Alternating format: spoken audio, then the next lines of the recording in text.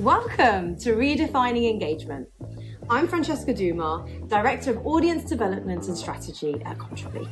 And in this show, I speak to leaders and innovators in the media industry so that we can bring tips, wisdom, ideas, and even some things to avoid so that we can all do more engagement better. So without further ado, let's move on to our next guest. Thank you so much for giving me some of your time today. Would you mind introducing yourself properly, please, and tell me a bit about your experience so far? Not at all. Well, it's great to be here, Francesca, and thank you so much for inviting me. It's great. My name is Alastair Lewis. My background is and has been in magazines. Particularly, I've spent 20 years working at Haymarket in the UK and Future Publishing. And then for the last 5 years, I've been running my own consulting business, Quested Consulting. And I'll talk a little bit more as we get into the conversation about some of the projects that I've been involved with there, particularly around engagement. But I also, in the last year or so, I've taken over as the CEO of FIPP, which is the FIPP, which is the International Trade Association for publishers, media owners all over the world particularly looking to expand their business and expand their knowledge of what other publishers and other businesses are doing in markets outside of their own. So our tagline is connecting global media, and that's very much what FIPP is all about. My role as CEO is really a kind of concierge service to connect publishers, media owners in different markets around the world. Thank you for that. And I'm particularly excited about this conversation because I think your expertise and your background is a little bit different from some of the ones that we've had so far. We've talked a lot about news, we've talked a lot about hyperlocal, but I don't think we talk a lot around the magazine side of stuff and those kind of publications. And there's so many similarities, but we don't necessarily always bring them together. So I'm really looking forward to this chat. My first question for you really is around, what does audience engagement mean to you? That's the one that we're going with first. It's a big one to go with first, isn't it? It's the key question. And honestly, to me, audience engagement really means monetization. Maybe that's.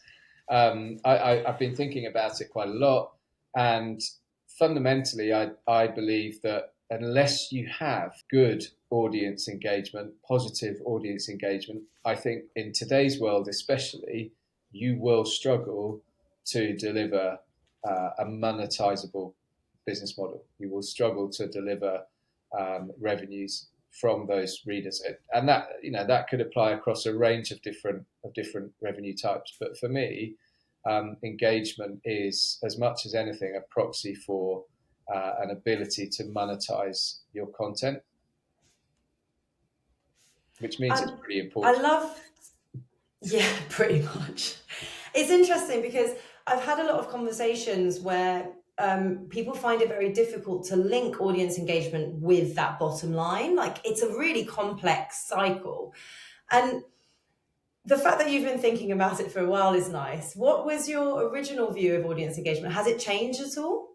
Well, I was, fun enough, when I first started working in media, which was in a year that started with a 1, not a 2, so quite a long time ago, and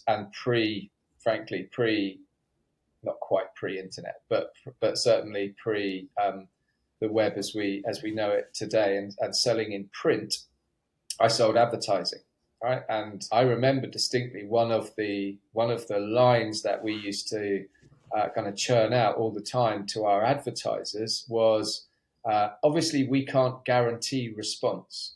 Now, this is slightly different. This isn't audience engagement. This is, but talking about advertising that was placed in print magazines in those days, which were essentially a broadcast medium. You published the magazine, you printed the magazine, you distributed it, sent it out to newsstands or indeed to subscribers, but you didn't really have any indication of to what extent that magazine was being read, which articles were being read, which articles people were spending longer on than others, and obviously we did conduct reader surveys, and that was very important to gain an understanding.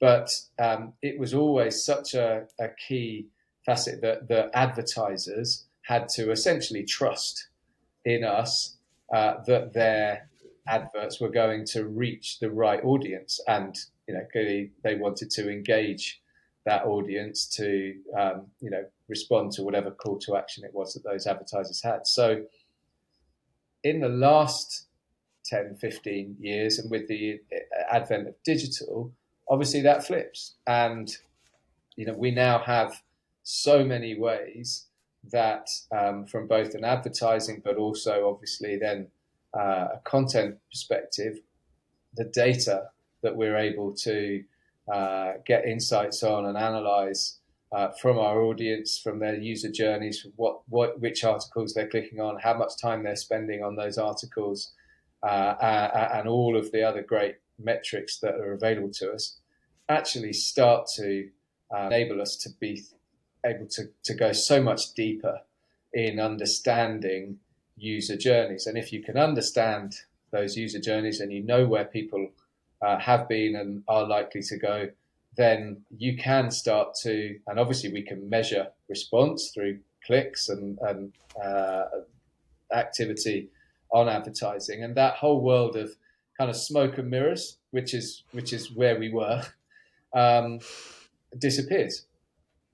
It's a far more transparent marketplace. It's a far more direct relationship, and actually that then puts the onus on us as content producers and publishers to really get to the bottom of understanding what is going to engage our audiences best, what is going to have them spend longer, have them coming back to our sites, to our pages, to our articles. And of course, we therefore know that those users, those people that are returning more often, those people that are engaging more deeply with our content, are going to be those users that are more likely to become paying users, whether that's a subscription, whether it's an engagement on an advert or an e-commerce affiliate link, whatever the revenue model is.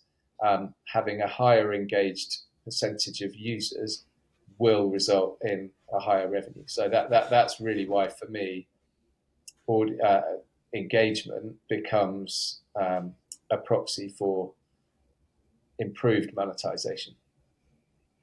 That's so interesting. We've gone from talking about, a world where it was almost sixth sense, that, do we know what our readers want, what is going on? And then we sell our sixth sense to this world, to a world where, we can track what's going on. We're expected to track what's going on. And in some sense, it makes it harder and easier to sell to those advertisers.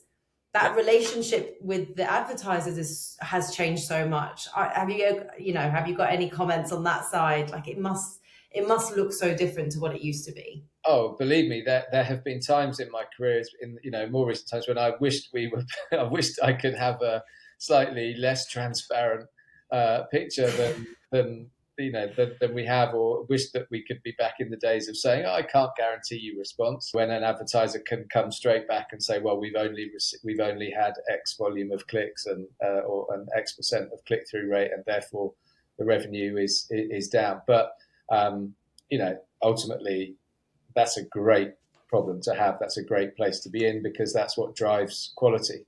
And true, I really believe that another reason that engagement is so important is because of that link with monetization and with improved user experience. Then focusing on engagement, focusing on those metrics that are going to increase the likelihood of return of users, of longer time in that article, means that we're hopefully only really driving quality up. And we have, of course, seen, I think, in the earlier days of digital publishing and until relatively recently, I think we have seen, and I've certainly been involved in digital businesses that have been really driven by a drive for scale and reach, and high volume of numbers and audience, which with a sort of more programmatic model worked pretty well, and delivered some decent revenues based on scale. But I think often that came at a cost in terms of quality. And I think that what we're seeing in the more recent times, that certainly in the last 5 years or so, and hastened by the drive for publishers to have a much clearer picture of their first-party data, to not be so reliant on third-party cookies. Painful many of those conversations have been, and painful though some of the decisions that as publishers and businesses we've had to take, I think that in the medium to long term, the impact on quality is only positive, and will only continue to be positive in terms of producing better quality, probably lower volume overall, but better quality of content, and that in turn hopefully gives us better routes to monetize that and to continue growing businesses. It's interesting. There are ways of doing it. You're either going down the scale route or you're going down the quality route, and that also has a massive impact on trust with our brands, depending on where you go. So there's a whole conversation around, the aims of this engagement and what it looks like if you are going down the scale route or the quality. Like, the engagement part is so crucial to that, to understand how it's impacting the rest of the business. But that was one of my questions. In your experience, what aims does audience engagement strategies tend to deliver on most? You talked about the money, totally understand that. There's a bit in between. What aims do you think audience engagement are kind of hitting there? Well, I think first and foremost, the aims that it's hitting are enabling you to produce better targeted content that is going to improve. If you are working to improve your engagement metrics, then you are going to be improving the quality of your content. You're going to be growing your returning audience. You're going to be hopefully achieving your strategic goals of building a loyal and engaged audience.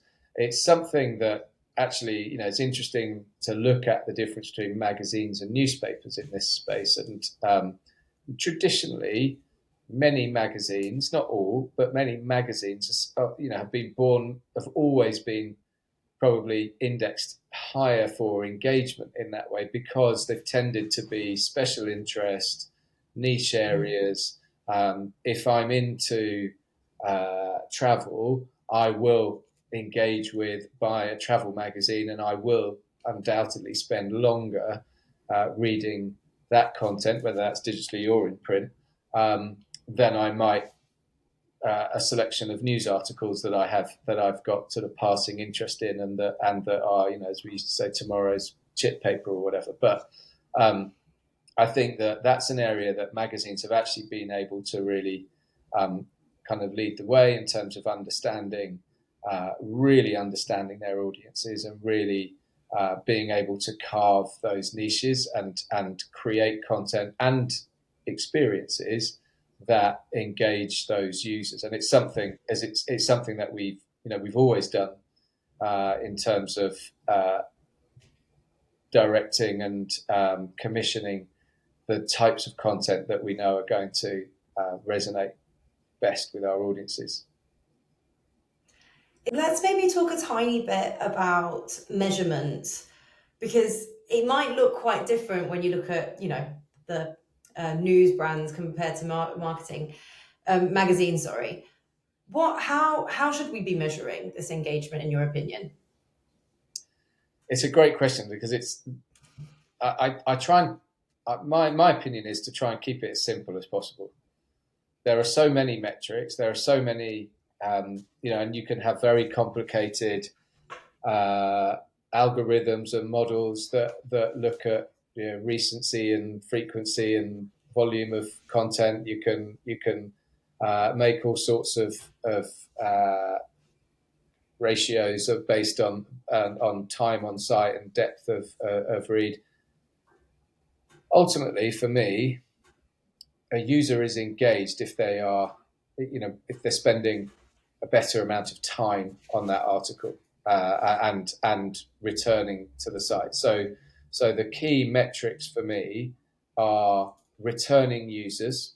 So I would look at, is this, particularly in a news environment, is this user coming back to my site more than once a week in a month, more than 4 times in a month? And if they are, and actually if it's twice a week, 8 times a month, then I'm pretty confident that those are my most loyal users, and those are the people that I want to really be focusing on in terms of how I capitalize by, either a subscription model or whatever revenue that is. So the first metric I would look at is definitely kind of loyalty, returning users within a period. And the second is time within the article. It's relatively simple, and I know that there are more sophisticated and deeper ways of measuring that. And I would always be open to looking at it. But fundamentally, if I know that my users A are coming back regularly and B are spending longer on certain types of content than others, then those are the metrics that I'm going to really look at in terms of understanding which content I should be doing more of, which what user needs those articles, let's say, are catering to, and understanding the trends, therefore, between the content that is tending to engage users for longer and get them coming back more frequently. And what is it? What are the challenges in this and the hurdles that we're experiencing? Why aren't we doing it better? What's stopping brands from engaging better, in your opinion? Well, I think there's quite a lot of positive movement in this space. So I think that we're doing a lot better than perhaps we were, when everybody was just focused on scale, and volume of numbers. But one answer to that question is we still have a demand for scale, right? Most publishers, again, whether in the magazine side of things or the news side of things, it's the same. Probably the majority of our revenue still today comes from some more of a volume-led approach, where largely that's advertising driven. And so as editors, as business owners, publishers, product directors, whatever role they are, we continuously have this tension between needing to hit certain scale goals that will in turn deliver certain revenue expectations against sometimes making decisions that will reduce the capacity for scale, but in the slightly longer term increase the opportunity for engagement. And those are difficult decisions to make for publishers, for MDs, whoever, for editors, because fundamentally our job is to deliver the budget this week, month, year, and first and foremost that's what many of us are going to be measured on in terms of success criteria. But so I think if we can start to build engagement higher up the sort of strategic vision for a business and have engagement metrics built into our overall objectives and visions, that will and does start to impact on the decisions that are then made about which types of content, what platforms, what kind of different opportunities we offer our audiences. in order to get them engaged, and hopefully starts to see an improvement in that area. I love that response because I'm hearing it's a strategy problem. We're not engaging as well because we're making decisions based on money, not based on other stuff.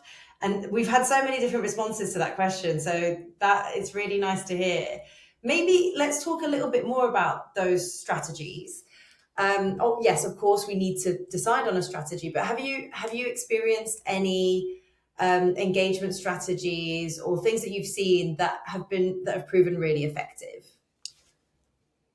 Yeah, I mean, I think that I can kind of start with the most effective example that just quite high level, but I think is really, can't get away from, would actually be someone like the Financial Times, where the FT made a decision about 10 years ago that they were going to put their focus, put their emphasis, they made a strategic decision to target reaching 1 million digital subscribers on the FT by, I can't remember. I'm going to say it was 1 million by 2020. Let's say, and actually the FT really stuck to that overall strategic ambition of hitting 1 million subscribers, and they worked throughout the business at all levels of the business. Everybody understood that strategic ambition, and everybody understood what their role could be, whether they were a journalist, whether they were a designer, whether they were an IT person within the business. Everybody involved in that business knew very clearly what the ambition was, which was to reach 1 million digital subscribers.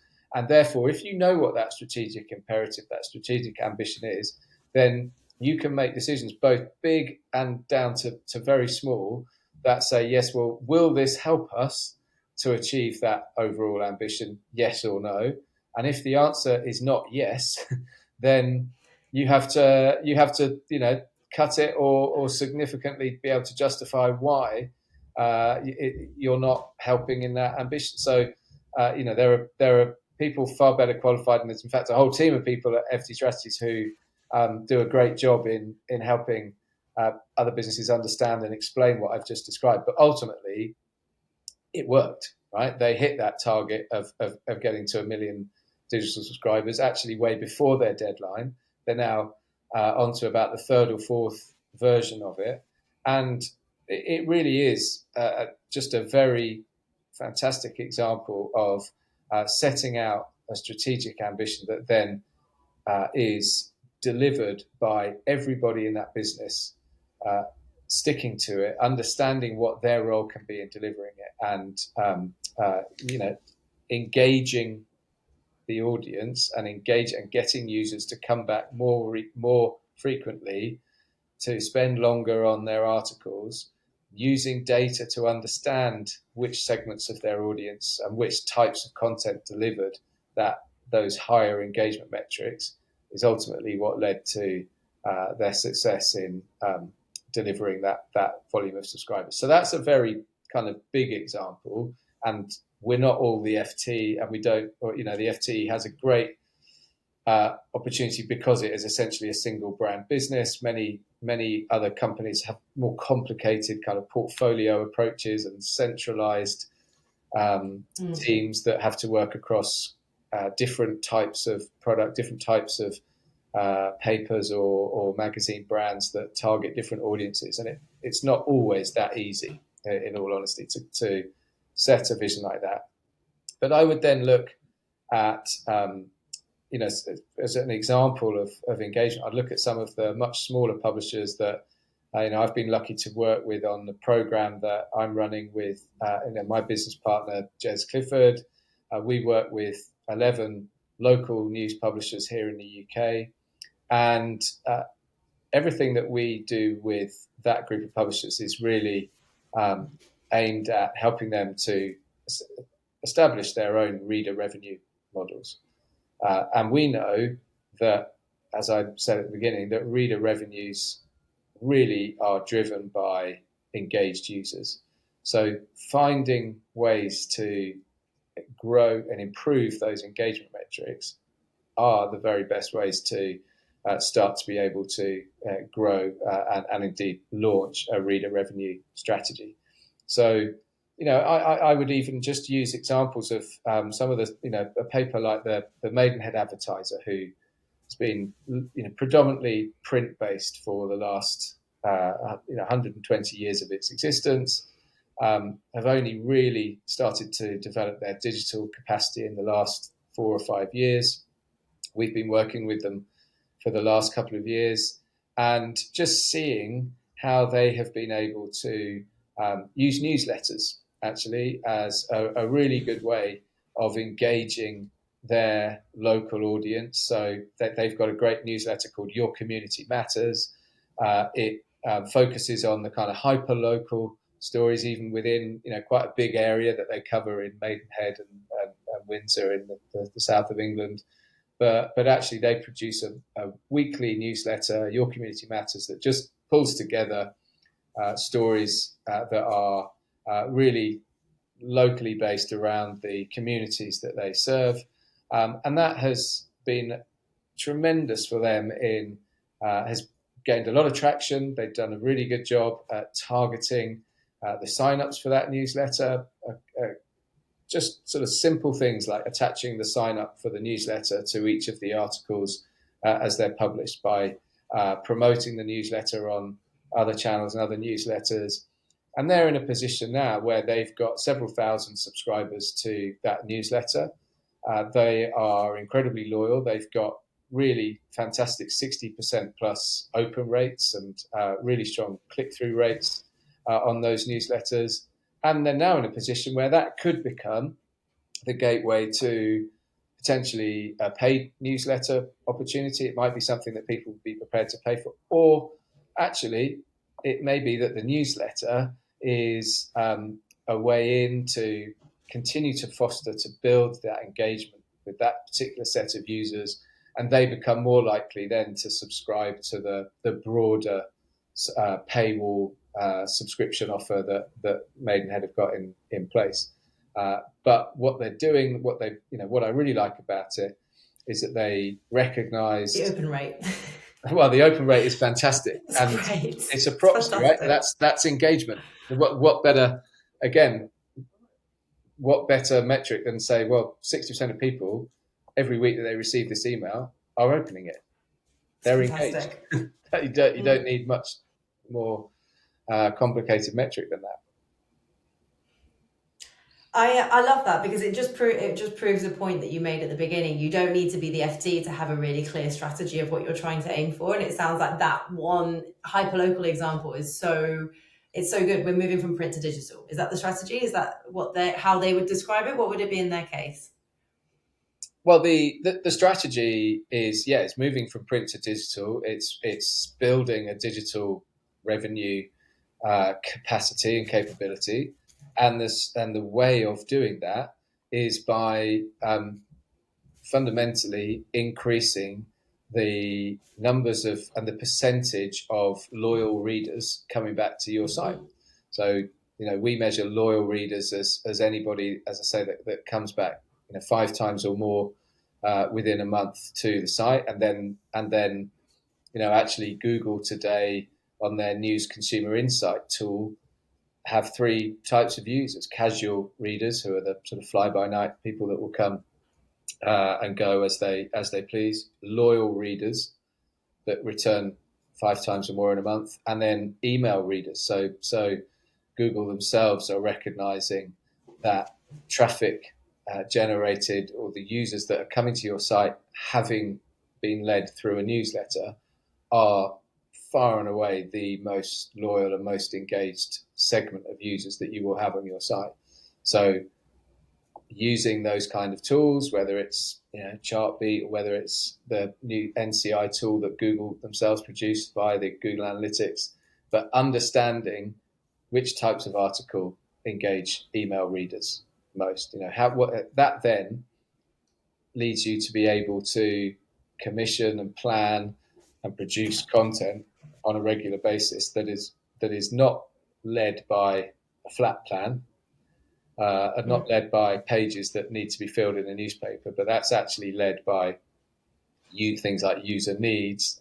By you can't make up news. You can't dictate. You can't decide what stories are going to be coming up in the next week, but you can plan around the types of approach, the types of users, and the types of article that you know are going to most likely attract those loyal and email readers. And in doing that, you're going to put yourself in a much better position to start a reader revenue strategy.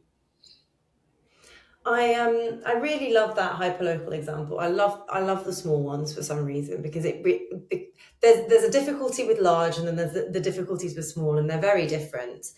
And part of it is because people care about what's happening in their local area. They're attached to it. There's always an affiliation with something that makes people interact.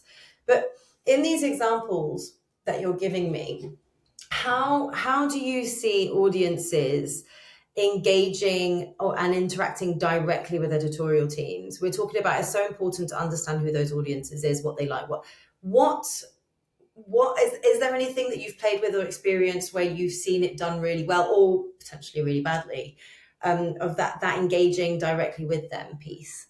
Well, funnily enough, I'm going to go back to start with and think about the fact that actually local newspapers and indeed national newspapers have actually, I would say, always done this quite well. Think about letters pages. Think about the interaction that it, not necessarily two-way always, but that interaction of getting people to write in, to express their opinion, express their view on a particular topic, complain about a topic, praise a topic, whatever it is. Those kind of letters pages have always been some of the most read and most popular sections within news, local news, and others. So it's not a new concept, but clearly we've got so many more ways now of having that kind of direct interactive relationship between audience and the newsroom, effectively. And I'm just trying to think. We encourage our cohort of publishers to use really simple tools like Hotjar to ask questions of their audience, to fundamentally to help better understand what they're getting out of a particular piece of content, where they prefer to see that type of article, which user need or other that content is fulfilling. So we've seen some great examples of that, and indeed sort of using it to survey an audience. I think that there is lots of opportunity for more kind of user-generated content on local news sites. I don't think that local publishers have really grasped that opportunity yet. If I'm honest, I think it's quite an exciting area, particularly actually with the advent of AI. I think there are probably better ways to moderate it. I think that generally speaking, people have been a little bit cautious about kind of having all of their readers' views and opinions published, broadly across the site, and have had reasons why they've not necessarily always wanted to do that. But I think that better, quicker, easier moderation tools and ways of presenting and representing that content are a fantastic way to build that community. It's so important, and we see it in social media. We see it in Facebook local community pages and groups, and many of us, I'm sure I'm not the only person today. Pretty much the only reason I still have a Facebook account is actually because the local community pages for where I live are a really useful way to know what's going on in my kind of very hyper local area of the village that I live in. understand why there's a traffic jam, at 4 p.m. this afternoon, or why there was a police car going up and down my street last night. Whatever it is, those are actually really important engagements, and I think that it's a development that we will see more of in the weeks and months to come, with local publishers starting to find ways to do that better. Because there's no doubt that interactivity in that way, and seeing oneself again. I come back to local news and to print. I was involved with one of our cohort on a focus group that we ran we had 10 or 15 readers in a room, physically in a room, and it was a great opportunity to talk to them directly, and for the newsroom to talk to them directly and understand how they interact with the brand. We had one reader who was a young 18-year-old student in the town, and she spoke really eloquently about the fact that actually what the paper meant to her came so much from when she was younger, and her mum would always cut the pictures out when she was featured for her gymnastics or whatever it was that she had been featuring in. And when she had her picture in the paper because she'd won her award or reached the final of the competition, she still had, and her mum still had, all of those pictures. And I'm sure we've all got stories like that from our own history. And I'd love to think that that's an area again that within the digital space, that as local news publishers we can kind of really start to capitalize on, because there's so much opportunity there, and for so many people, one of the reasons for accessing that local paper is to see whether they've got a picture of someone scoring a hat-trick in the football match, or scoring runs at cricket, or whatever it is. It's the first place that you go to, and I think that there's no more engaging content than seeing yourself or your friends and family featured in the pages of a paper or a magazine or a website that you want to engage with. I agree so much. Obviously, on the UGC side, if anyone is listening to this and doesn't know, that's what we focus on. It's one tiny piece of the bigger engagement piece.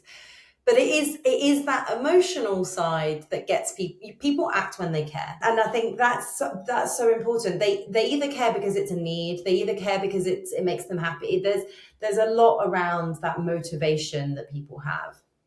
And one of the brands that we're working with, you've just made me think of this instantly, is Farmers Journal, for example, who are also trying to move from this print world to this digital world, but they want to tap into that emotional piece. And a lot of that is through children. And we talk about we're aiming for younger audiences. A lot of brands are actually talking about 30s, really, or maybe 25 is maybe the youngest, because before that they probably can't pay. But actually, there's a whole world where we allow those even younger people to engage by uploading their photos, their pictures.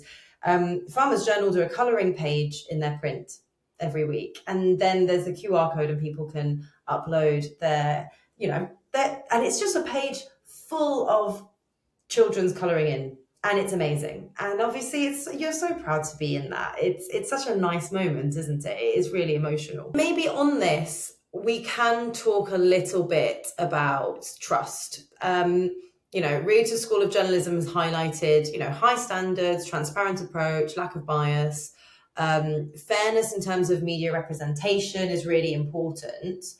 Have you ever experienced or seen any strategies or examples that have done this really well, that really use this engagement or ways of attracting new audiences? Is that something that you've seen?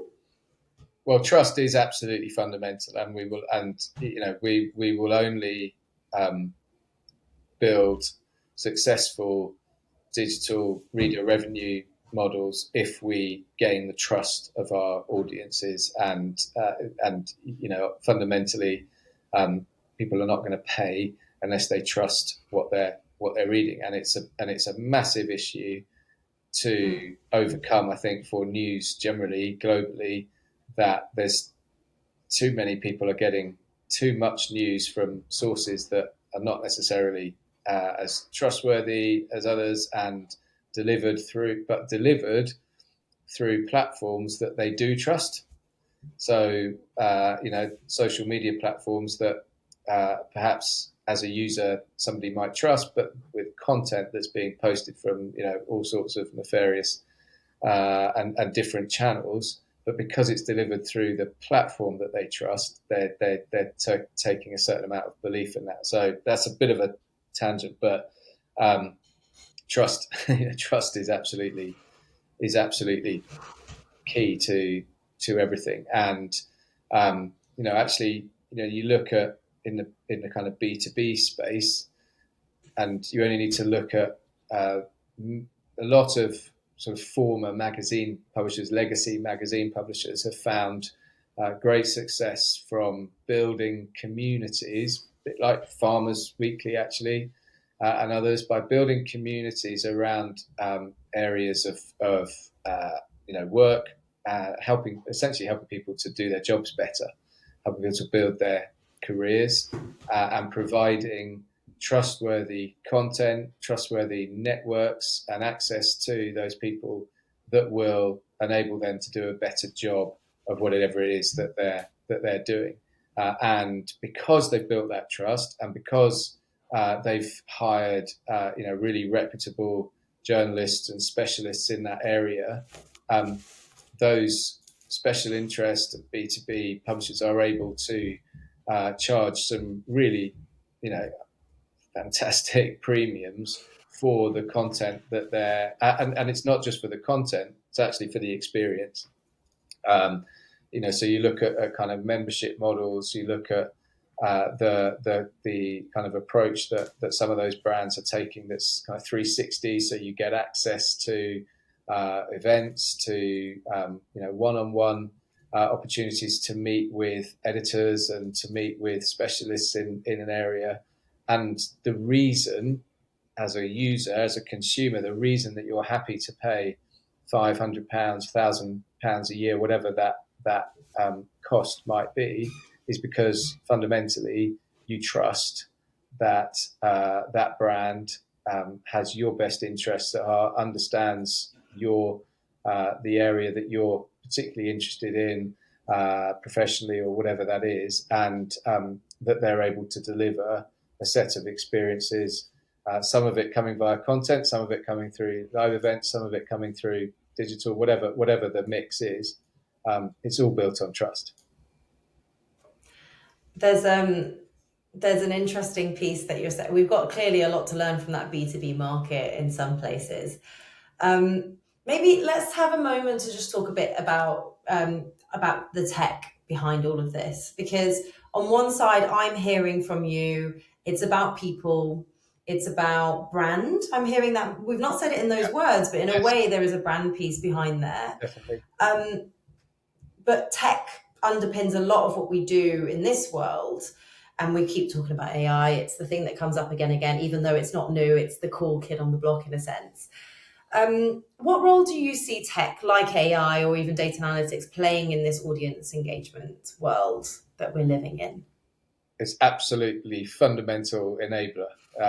Tech is the enabler that allows us. It's what has taken us from that place right at the beginning where we were selling smoke and mirrors and a lack of response, because we didn't have the tech to know what our users were doing.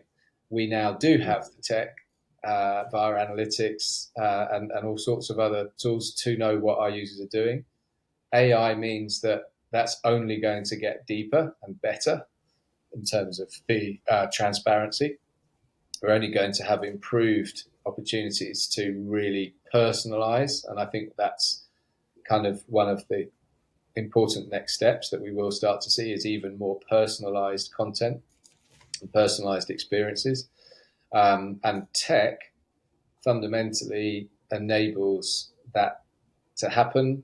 And good use of that tech also actually builds trust again with that audience, with those users, that they do and will trust in that technology to deliver them a better experience. And as publishers, if we can sit at the center of that circle of trust, if you like, then we're going to be putting ourselves in a much better position business-wise. That's actually an interesting point of view, that tech is going to enable us to build the trust.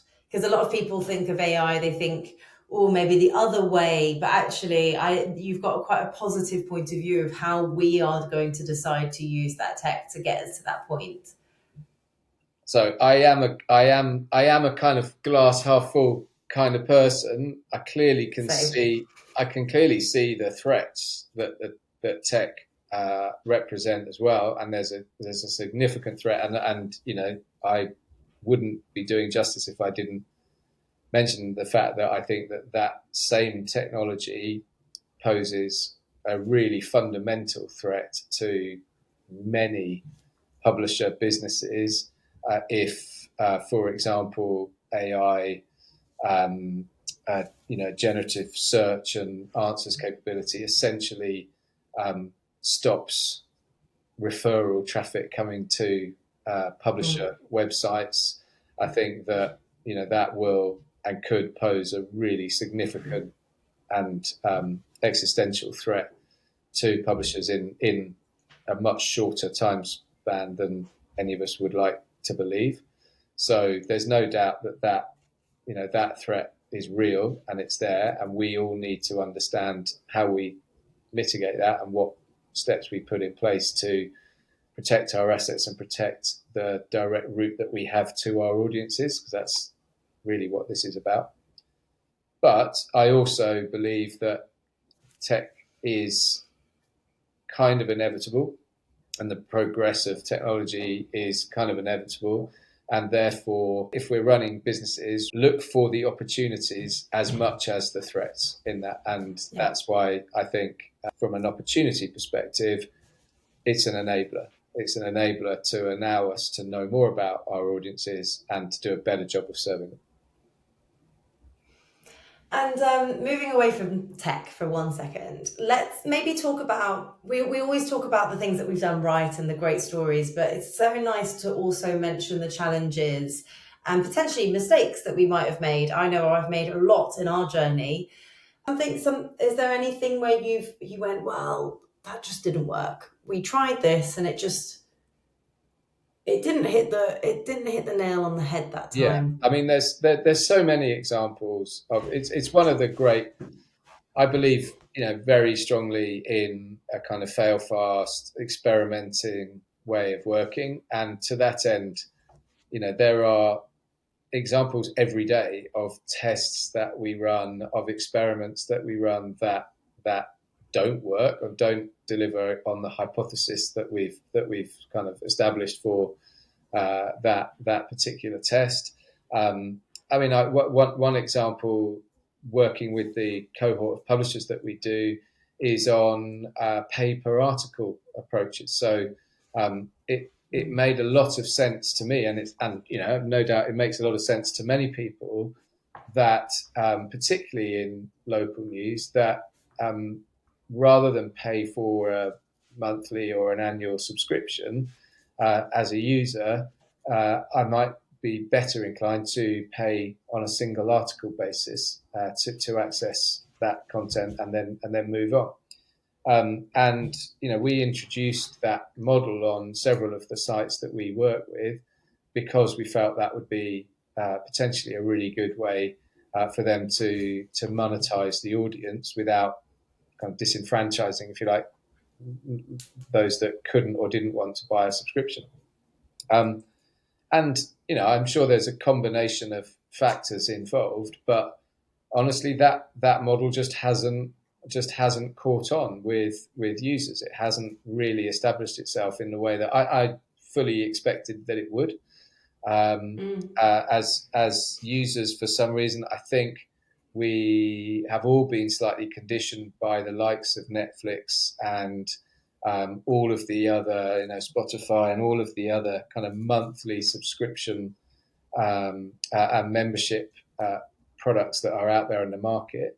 And for some reason, even though much of the logic defies that, as users at the moment, we're just not seeing people take up that opportunity to buy access to single articles for 20p a pop or whatever it is. Just, it may well be something that comes back around and might change in the future, as technology improves and as payment gateways improve and make it even more seamless. But at the moment, I would use that as one example of a strategy, a plan that we put in place that hasn't really hit the mark.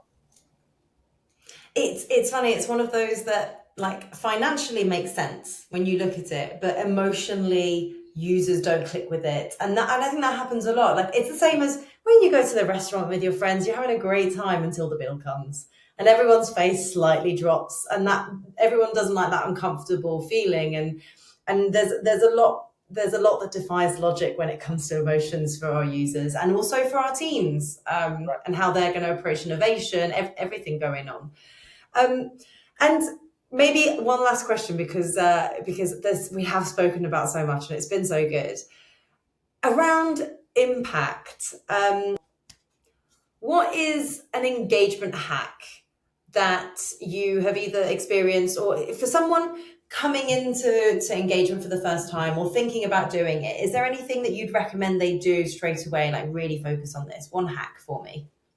Yeah, I would say that probably the one hack I would use is to perform a kind of audit on a period of your content, let's say a month's worth, or ideally two months worth of content, to perform what we call a kind of red, amber, green exercise, which takes those articles across that period of time, and it ranks them via the whatever metric, but actually probably just take page views in the first instance, particularly in a news environment, and understand and start to see how many of those. So you might say that anything that gets beneath 1,000 page views, depends obviously on the scale of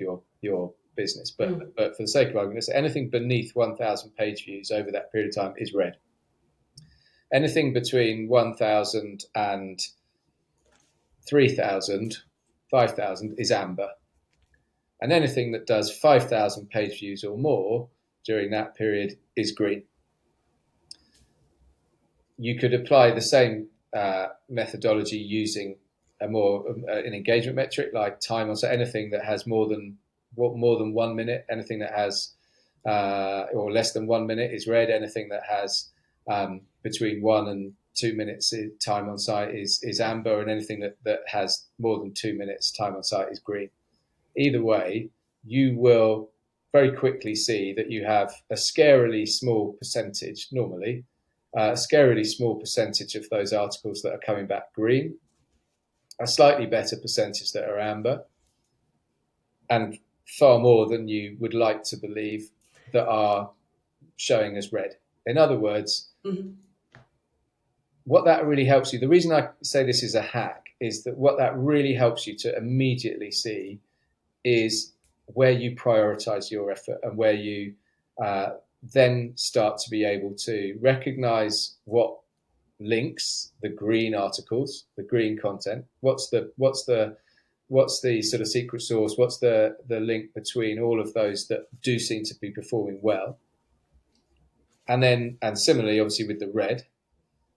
And with the red, it starts to, you know, that's a great way to actually be able to say, well, you know what, maybe we should just stop doing articles about the local bowls tournament or whatever it is, because actually it takes half a day for so-and-so to go and to write that up. And frankly, if that content is taking more time to produce than having that, than time spent reading it over that period, then you have to ask yourself whether it's worth doing. So it's a really quick and it's not really quick. It takes a little bit of effort, but it's a really good way of being able to identify the types of content, the types of approaches that are working and that are not working. And we're all operating in teams that don't have additional resource.